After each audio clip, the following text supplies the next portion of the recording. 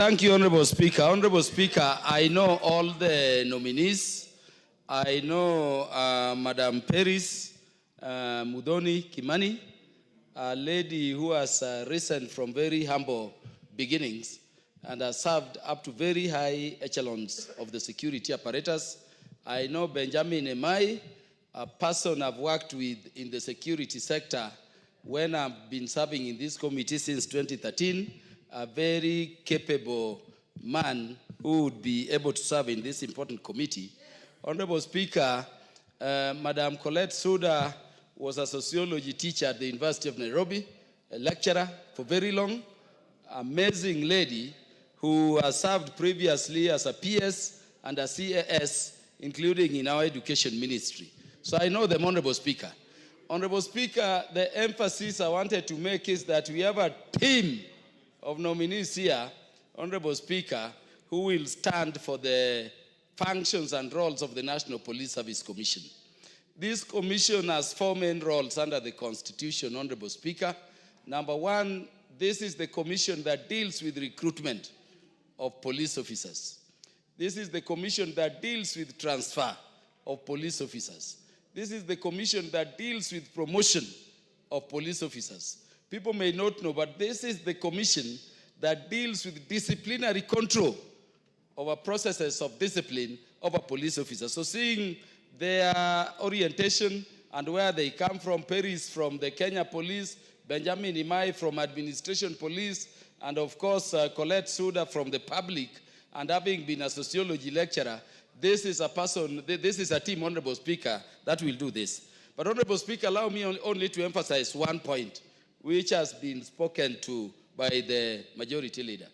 Honorable Speaker, we have the best Bill of Rights in this country. We have the best Bill of Rights. And I think we must allow our people to enjoy those provisions in our human rights and fundamental freedoms to the full.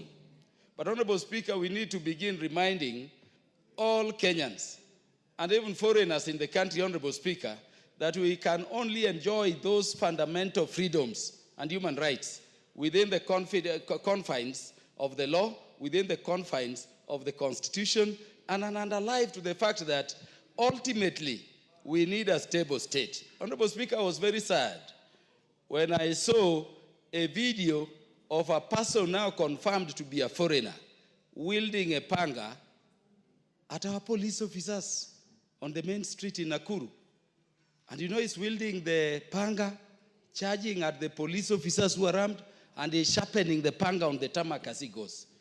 I want to say, Honorable Speaker, that such an individual is lucky because of the richness of our Bill of Rights.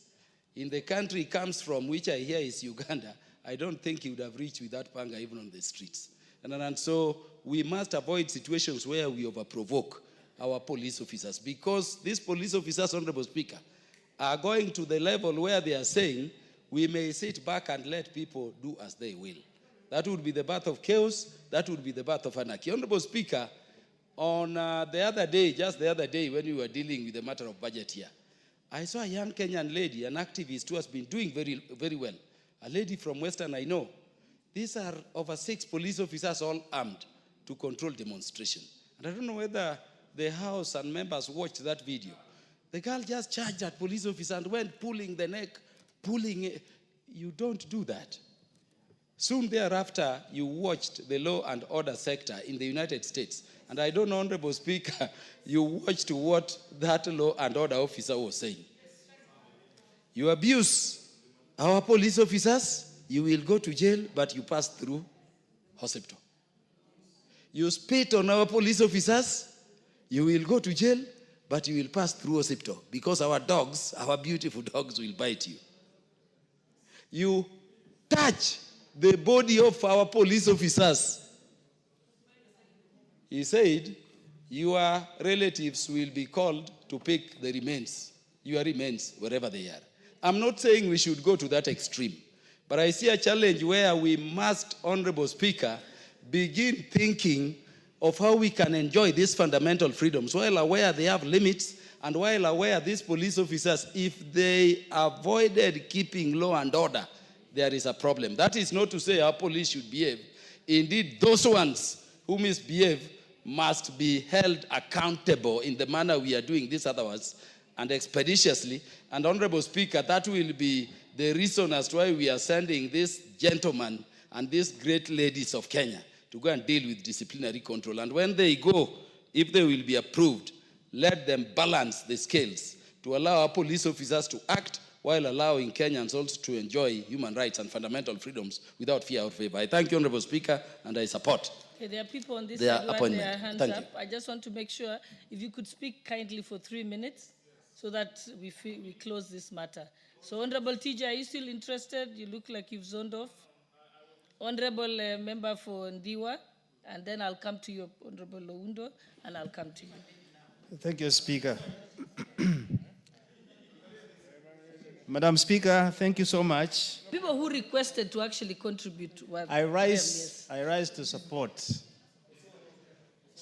these nominees. Actually, one of them is from my constituency. Coletta Suda worked very well as a PS. So as much as we recommend their appointment, Madam Speaker, there is a problem in the police force that they must address. Police service, yes. I hope it will translate to that and be seen. This is one area we spend 1.3 billion every year. So these individuals have their job cut so that we can transform this into accountable, transparent, professional, and disciplined police service. Madam Speaker, today we were watching young people on the streets, the capital of Nairobi, with the rungus. This is a country that is well respected, and such scenes are not welcome. So as their job relates to recruitment, which we always have a problem with, I hope they will strengthen that. The issue of promotion. Madam Speaker, some police officers take years and years before they can be promoted. I hope they will address that squarely as well. The issue of discipline, transfers, but more so capacity building, that a police officer can know that the only document that guides them is the rule of law, not powers from above, not instructions from above. These are the capacities that we need to have our officers in. After saying that, Madam Speaker, the three individuals are up to the task, and I wish them well. I ask members also to approve them so that they can get to work. Thank you, Madam Speaker. I support. Honorable Oundo. Thank you, Honorable Speaker. Allow me also to join in supporting the report of the committee in their proposals to appoint the three Kenyans, Peris Mudhoni Kimani, Benjamin Juma Imani, and Professor Coletta A. Suda. Regardless the fact that the gender rule has not been complied with, but since our ladies have been very passionate about it, it's 1/3. We will. So that meets it. 1 of 3 is 30%. Okay, fine. Let us not lose focus. Honorable Speaker, when we inaugurated the new constitution, it gave us a very elaborate Bill of Rights coming out of repressive regimes over the past year since independence. And at the center of any democracy is the law enforcement agencies. Honorable Speaker, our Kenyan police and our entire security system is a respected body all over the world. And every Kenyan expects them to uphold the rule of law, integrity, accountability, and respect to human rights. Honorable Speaker, as we stand here today, truth be told without even bias, the relationship between the Kenyan police service and the general public could be considered to be at the lowest ebb ever. Why, Honorable Speaker? 2 issues, Honorable Speaker, and on both sides.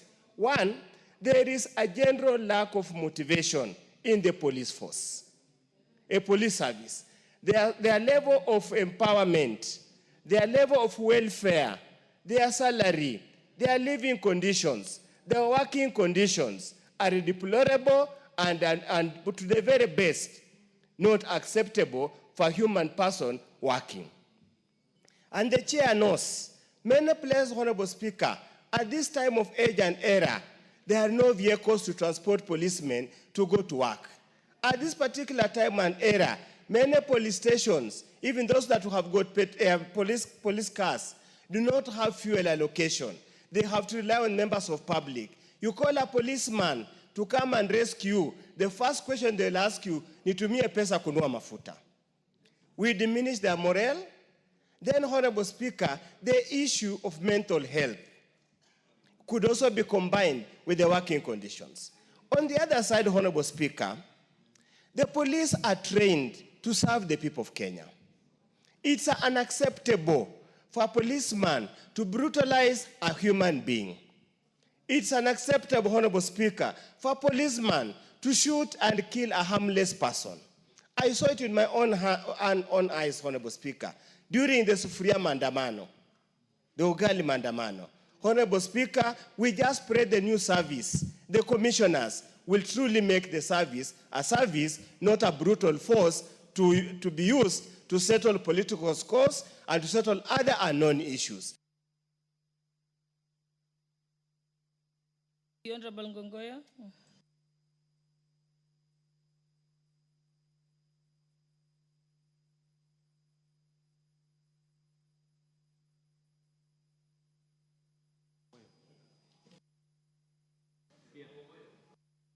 I said Ngogoyo. Oh, they were giving you? No, Ngogoyo. Thank you, Madam Speaker. Madam Speaker, I rise to support the three individuals that were vetted by the committee to be members of the National Police Service. And Madam Speaker, as I support this motion before the floor, I want to say that the work of the National Police Service is well cut out. Number one, they deal with recruitment and appointments to the National Police Service. We have always had problems of unfair appointments to the National Police Service.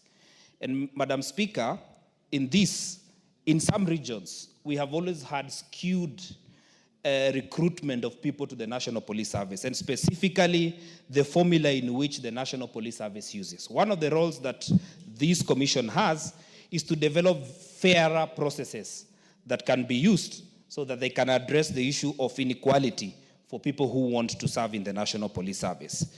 They will also deal with promotions and confirmation of appointments. Madam Speaker, very importantly, they have a role for disciplinary control inside the National Police Service. We've had incidences, and like the latest of Ojwang, Madam Speaker, who has died in a police station. Disciplinary control is a role that the National Police Service has to the officers who serve and even the management of the institutions that are gazetted as police posts and police stations.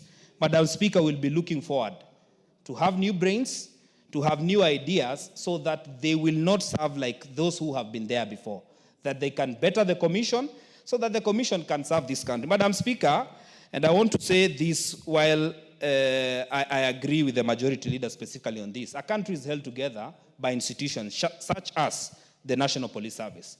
But we must agree one thing, Madam Speaker. What has happened, for instance, today? A young man selling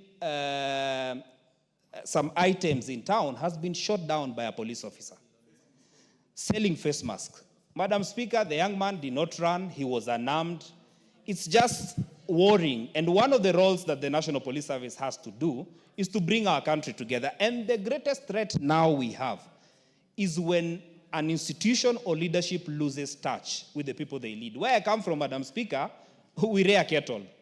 The worst shepherd is the shepherd who cannot look back and see where his cattle is. Let us be careful that we do not lose touch with Kenyans. A good shepherd looks back to see whether he still has his flock. Let us not lose Kenyans in the race of leading Kenya. And specifically for us who are elected on Kenya Kwanza, we promised the police service that we will improve their conditions for working. I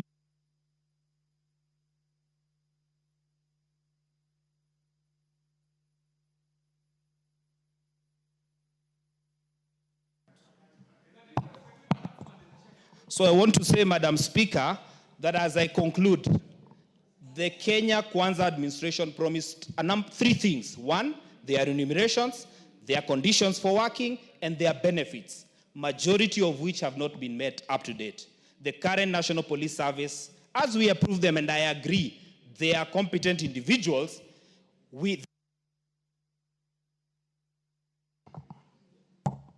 they need to work so that, Madam Speaker, they are able to get benefits. Otherwise, with those very many remarks, Madam Speaker, let us approve them. Some of them are people we know, very competent, and I want to say that these are people who can serve this country and make it better even as we go forward. And I want to thank Kimani Ichung'wah for listening to the ground, because now I've seen you have changed your talking. Thank you very much. Thank you, honorable members. Let me now put the question. Honorable, oh, you reply first. Sorry.